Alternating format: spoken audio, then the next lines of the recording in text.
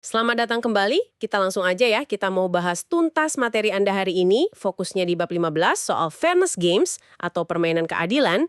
Ini topik seru banget soalnya kita bakal ngulik gimana sih kita sebagai manusia itu bereaksi pas ketemu situasi yang rasanya adil atau malah, wah nggak adil banget. Sumber kita ya bab itu tadi, isinya eksperimen-eksperimen yang jujur aja hasilnya tuh sering bikin kaget kalau kita mikirnya pakai logika ekonomi standar, yang nganggap kita ini super rasional gitu. Jadi misi kita sekarang, bongkar misteri kenapa sih orang kadang mau aja rugi secara duit nih ya, cuma buat negain yang namanya keadilan.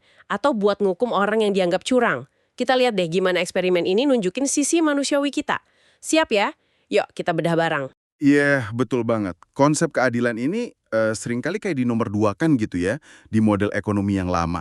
Model-model itu kan mikirnya simple aja. Kita semua ini econs, rasional, tujuannya cuma satu, untung pribadi sebesar-besarnya. Udah, gitu aja. Tapi ya seperti yang nanti kita lihat nih dari bab 15 ini, gimana orang ngelihat adil atau nggak adil itu justru penting banget buat ngerti perilaku kita di dunia nyata. Waktu transaksi, negosiasi, ya sehari-hari lah. Eksperimen-eksperimen ini benar-benar nantang asumsi dasar soal rasionalitas murni itu. Pertanyaan pertama di bab ini tuh langsung nusuk banget. Anda atau kita semua lah ya, kira-kira mau nggak sih keluar biaya uang, waktu apa aja, atau mungkin ya udah rugi aja, cuma buat ngukum orang atau mungkin perusahaan yang kita anggap nggak adil. Coba deh Anda inget-inget, pernah nggak sih kesel banget sama tawaran yang timpang banget gitu, pas nawar apa gitu, terus Anda mikir, ah nggak usah sekalian. Padahal kalau dipikir-pikir rugi juga ya, nggak dapet apa-apa. Kayaknya pernah ya? Nah, ini dia nih. Kalau kita tanya ke econs itu ya, yang ada di teori ekonomi, nolak tawaran yang ada untungnya, sekecil apapun, itu ya irasional namanya. Logikanya kan dapat satu perak aja lebih bagus daripada nol kan? Tapi ya itu, bab 15 ini nunjukin banget, kita ini manusia, pakai H besar nih, hehe. Nggak selalu ngikutin logika dingin kayak gitu. Ada faktor lain, emosi, rasa keadilan, atau mungkin lebih tepatnya rasa nggak adil yang terusik gitu. Contoh paling klasik, paling sering dibahas, permainan ultimatum. Ini yang bikin tiga ekonom Jerman itu kan, Goods, Schmidt, Berger, sama Schwarze. Sekitar tahun 80-an awal ya. Gampangnya gini, ada dua pemain, nggak saling kenal. Satu jadi pengusul, satu lagi penerima. Nah si pengusul ini dikasih duit, anggap aja $10, sering disebut kue gitu ya. Tugasnya si pengusul ini nawarin gimana cara bagi $10 itu antara dia sama si penerima. Nah, yang penting nih, ada di si penerima. Dia cuma punya dua pilihan habis dengar tawaran si pengusul. Pertama, terima. Kalau terima, ya duit dibagi sesuai tawaran. Misal pengusul bilang 7 buat dia, 3 buat penerima, ya udah gitu. Pilihan kedua, tolak. Nah, ini ultimatumnya nih. Kalau penerima nolak, dua-duanya nggak dapat apa-apa. Nol. Coba deh Anda bayangin, Anda jadi penerima. Dikasih $10 sama peneliti. Si pengusul nawarin Anda cuma $1, dia ambil $9. Gimana tuh? Ambil $1 atau tolak aja? Kalau teori ikon sih jelas banget. Ya terima $1-nya, kenapa? Iya, karena satu lebih gede dari nol kan? Betul. Nolak kan dapatnya 0, terima dapat 1. Pilihan paling rasional ya terima aja tawaran apapun asal lebih dari 0. Tapi apa yang kejadian pas eksperimen ini dicoba ke ribuan orang beneran dari macam-macam latar belakang? Hasilnya itu loh, konsisten banget dan wah bikin mikir. Ternyata tawaran yang dianggap nggak adil, batasnya tuh biasanya sekitar 20% sampai 30% dari total kue. Itu sering banget ditolak mentah-mentah sama penerima. Bayangin coba, orang-orang ini mendingan pulang nggak bawa duit sepeser pun daripada nerima bagian yang rasanya kayak apa ya, sisa-sisa doang gitu, kayak dihina atau ngelihat si pengusul serakah banget. Mereka rela rugi cuma buat ngasih pelajaran ke pengusul yang pelit. Aneh kan kalau mikirnya cuma untung rugi pribadi. Nah, ini dia contoh klasik yang namanya penghindaran ketidakadilan. Atau ada juga yang bilang penghukuman altruistik. Tapi ini agak lebih rumit sih. Intinya, si penerima ini secara sadar milih buat ngukum pengusul yang dianggap ngelanggar aturan nggak tertulis soal keadilan gitu. Meskipun ngukumnya itu bikin dia rugi sendiri secara duit. Ini bukti kuat banget kalau hitung-hitungan untung rugi doang itu bukan satu-satunya dan seringkali bukan yang paling utama dalam keputusan kita. Ada emosi kayak marah, rasa diperlakukan nggak adil, wah itu ngaruh banget. Tapi terus muncul pertanyaan lagi nih. Kalau penerima sering nolak tawaran rendah, kenapa ya di banyak banget eksperimen ultimatum ini, tawaran yang paling sering dikasih sama pengusul itu malah 50-50, dibagi rata gitu? Apa ini artinya emang kebanyakan orang tuh baik hati dan adil, atau gimana? Nah, ini bisa dilihat dari dua sisi sih. Mungkin aja emang ada pengusul yang tulus pengen adil. Tapi penjelasan yang lebih umum diterima para ekonom itu lebih ke arah strategi. Pengusul yang pinter, dia udah ngira-ngira nih, kalau nawarin terlalu dikit, wah bisa ditolak nih, malah nggak dapat apa-apa juga dia. Jadi dia mikir, tawaran yang dekat-dekat 50-50 itu strategi paling oke buat bikin ekspektasi untungnya maksimal. Dia nawarin gede bukan karena baik hati murni, tapi karena takut ditolak sama penerima yang sensitif soal keadilan. Jadi, kayak keadilan strategis gitu, bukan keadilan murni. Oke oke. Jadi bisa jadi campuran ya. Ada niat baik mungkin, tapi ada juga hitung-hitungan rasional biar nggak ditolak. Menarik ya dua sisi motivasinya. Nah, buat ngebedah lebih jauh nih, orang tuh bagi-bagi karena takut dihukum atau emang dasarnya pengen adil sih? Katanya para peneliti, termasuk trio penulis buku rujukan kita, Kahneman, Knecht, Thaler, bikin variasi permainan yang lebih kejam ya, namanya permainan diktator. Gimana tuh? Betul. Permainan diktator ini mirip ultimatum, tapi satu hal penting diilangin. Hak veto si penerima. Di sini, pengusul sekarang disebut diktator, dikasih duit, misalnya $20. Dia yang nentuin berapa bagian dari $20 itu buat penerima. Nah, apapun keputusannya, si penerima harus terima. Nggak bisa nolak. Nggak ada konsekuensi negatif langsung buat si diktator kalau dia mau ambil semua $20 buat dirinya sendiri. Oke, jadi ini tes yang lebih murni ya soal kemurahan hati atau keadilan dari dalam diri gitu. Soalnya ancaman hukuman ditolak udah nggak ada sama sekali. Terus gimana hasilnya? Apa para diktator ini sesuai namanya jadi egois semua, ambil semua buat diri sendiri? Kayak yang ditebak model icons, paling sinis mungkin? Ternyata, hasilnya lagi-lagi lebih kompleks dan manusiawi banget. Emang sih ada diktator yang ambil semua, jumlahnya beda-beda di tiap studi, tapi nggak 100% juga. Tapi kebanyakan diktator itu masih milih buat ngasih sebagian uangnya ke penerima. Di salah satu studi awal yang disebut di bab ini, yang soal bagi $20 itu, sekitar 74% diktator milih nggak ambil semua. Bahkan ada yang bagi rata, 50-50. Ini nunjukin kalau paling nggak buat sebagian orang ya, ada semacam dorongan dari dalam gitu buat berbagi atau berlaku adil. Meskipun nggak ada paksaan dari luar atau keuntungan strategi yang jelas. Wah, jadi meskipun nggak diancem, banyak yang tetap bagi ya. Itu aja udah menarik sih. Tapi kalau nggak salah baca nih di bab ini, Kahneman DKT nggak berhenti di situ ya.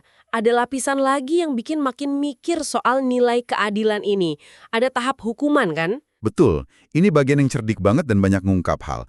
Jadi setelah permainan diktator selesai, kan ketahuan tuh siapa diktator yang adil, misal bagi rata $10, sama yang nggak adil, misal ambil 18, kasih $2, atau ambil semua $20. Nah, subjek penelitian baru, orang lain yang nggak ikut main tadi, dikasih pilihan ekonomi simple. Pilihan pertama, dia bisa dapat $10 dengan ngambil dari jatah si diktator yang adil tadi. Pilihan kedua, dia bisa dapat $12, lebih banyak, dengan cara ngambil dari jatah si diktator yang nggak adil. Jadi bisa dapat duit lebih banyak kalau mau transaksi sama hasil perbuatan nggak adil. Waduh, ini beneran tes moral dibungkus pilihan ekonomi ya. Hasilnya gimana? Orang pada tergiur nggak sama tambahan $2 itu? Hasilnya signifikan banget. Dan ngomong banyak nih, sebanyak 81% subjek di eksperimen itu milih buat ambil $10 dari si diktator yang adil dan nolak tawaran $12 dari diktator yang nggak adil. Mereka sadar dan suka rela gitu loh. Rela kehilangan potensi untung $2 itu kan lumayan ya dalam konteks lab. Cuma demi nggak terlibat atau nggak ngesahin hasil tindakan yang mereka anggap nggak adil. Mereka mendingan ngukum si diktator nggak adil dengan nggak ngambil duit darinya meskipun artinya mereka sendiri dapat lebih sedikit. Tunggu. 81% mereka milih dapat duit lebih dikit. Itu benar-benar nunjukin betapa kuatnya ya nilai keadilan ini. Ini udah bukan soal takut dihukum kayak di ultimatum, tapi orang mau bayar dari kantong sendiri buat negakin prinsip keadilan, atau paling nggak mau nyentuh hasil ketidakadilan. Wah, ini bukti kuat banget sih. Buat banyak dari kita, prinsip keadilan tuh bisa ngalahin insentif duit langsung. Tamparan keras buat model icons murni. Tepat sekali. Ini nunjukin adanya preferensi terhadap keadilan yang kayaknya cukup dalam gitu ya. Dan temuan dari permainan ultimatum ini, terutama soal nolak tawaran rendah, udah terbukti kuat banget atau robust istilahnya. Udah diulang berkali-kali di mana-mana, lintas budaya, dengan macam-macam variasi. Hasilnya ya umumnya gitu, orang nggak suka diperlakukan nggak adil dan rela berkorban buat ngukum itu. Ada pengecualian nggak sih? Atau ini berlaku di mana-mana aja? Ada sih beberapa studi menarik yang nemuin variasi, terutama kalau dilakuin di masyarakat skala kecil atau suku-suku yang terpencil banget gitu ya, yang norma sosial sama struktur ekonominya beda banget sama masyarakat industri barat tempat eksperimen ini awalnya banyak dilakuin. Misalnya, ada masyarakat yang justru nolak tawaran tinggi banget karena dianggap bikin malu atau bikin utang sosial. Ada juga yang tawaran rendah banget malah lebih sering diterima. Ini nunjukin kalau norma budaya soal apa itu adil emang bisa beda-beda. Tapi ya, di sebagian besar masyarakat modern yang udah dites, pola dasar nolak tawaran rendah itu tetap kelihatan.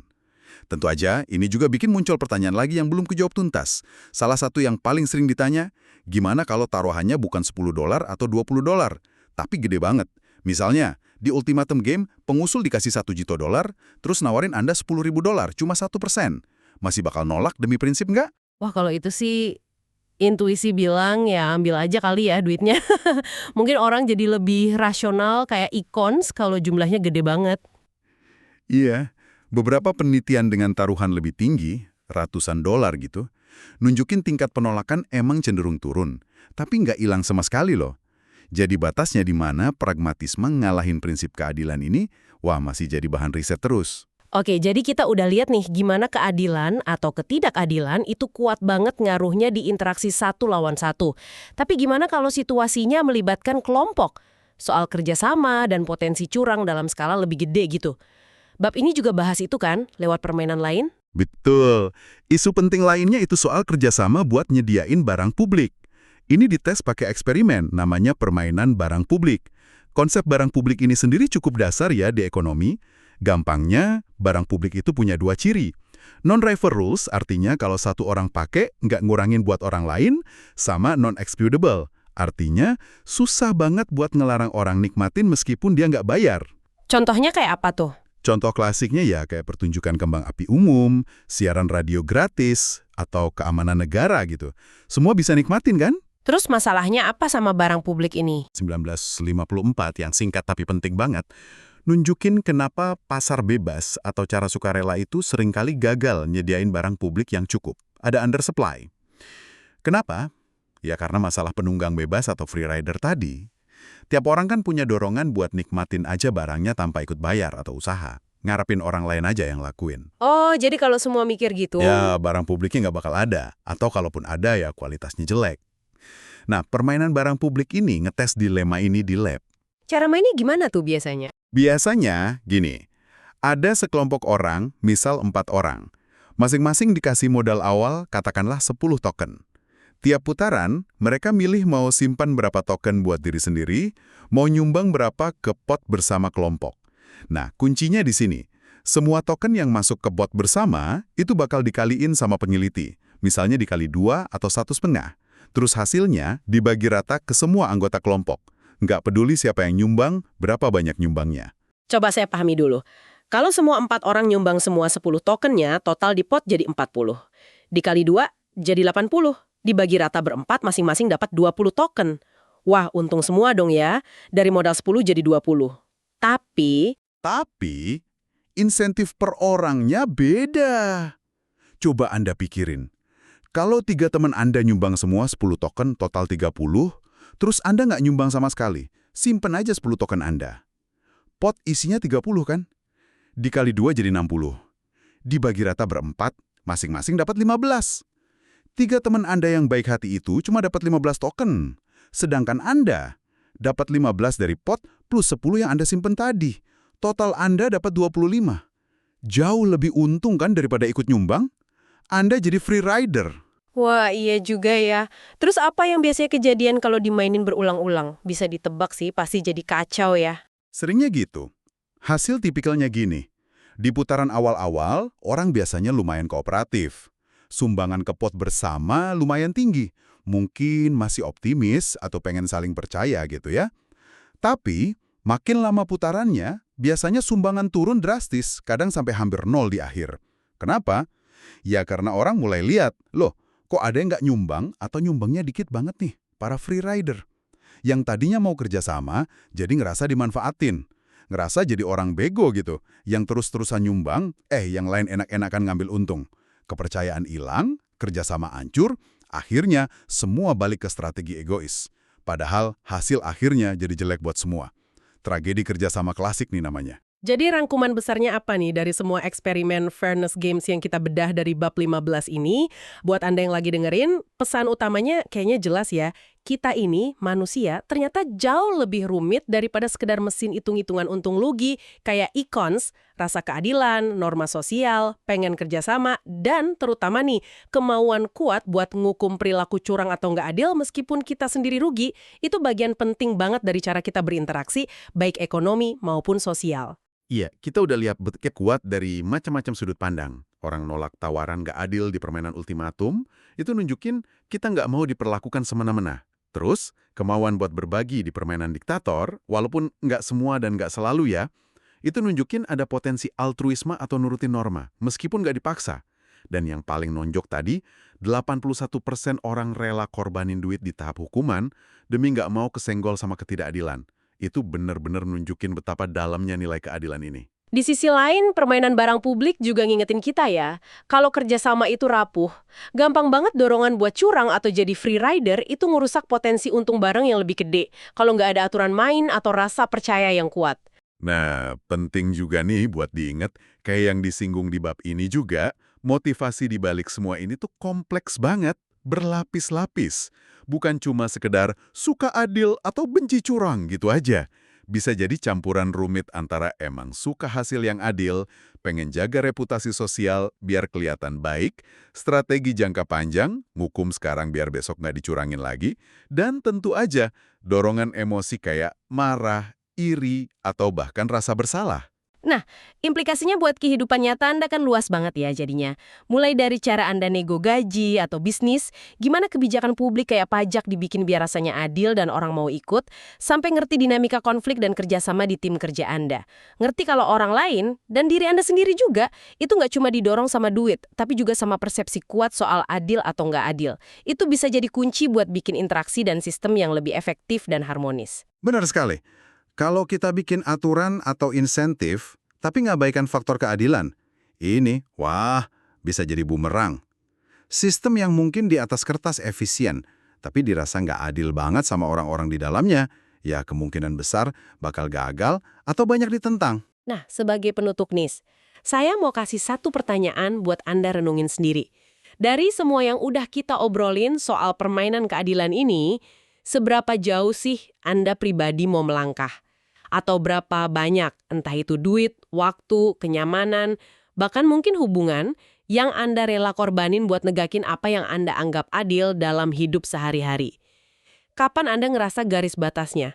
Antara ngebela prinsip keadilan sama tuntutan pragmatis atau untung pribadi. Kapan Anda harus milih? Nggak ada jawaban gampang sih, tapi coba direnungin aja.